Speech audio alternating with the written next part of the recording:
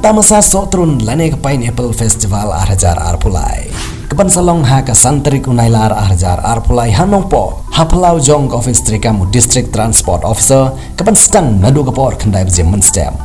Lapan long ia kini tamasa dak jing temu banang kentiu ya ki kamrep sotrun syagene kathan.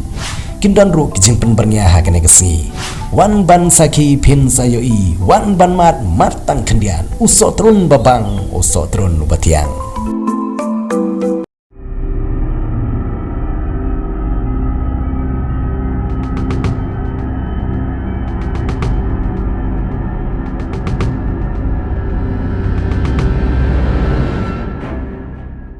Hadu nyongut kinong lute ki bedina ko wei kisnong ya kola tip kum ka sinong Duba Ribah district kila sya kemno ha ki pulit jong Ribah district hadin me kila sya keno ba kila lej ban lute ya ki artli ki jakat liat mau lane ki stone crusher ki badan ha ki artli ki sinong kata ha ki sinong Duba bat ka sinong Nowe kiling ki sinong ki bedang hap apa thanat hakana para Ribah district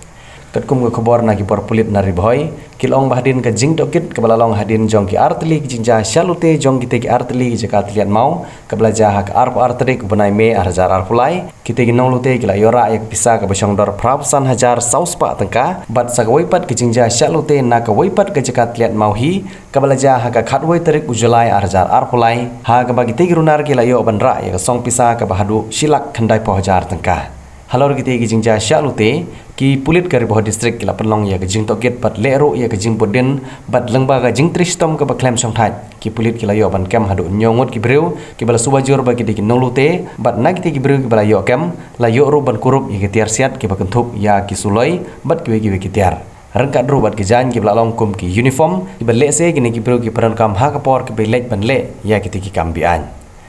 Haga bayde berkini kejinjana kaliang jong ki bor pulit kindang penlong susu ya kejing toket kita ki nyongut ki beruk bala syakam ki dina ko ke senong kata nang senong Duba Ribah district ya ki bala itu kerteng kumu kandel marak Rachel Momen Wills marak Robert Momen Marus marak Bimot marak bat ukolin marak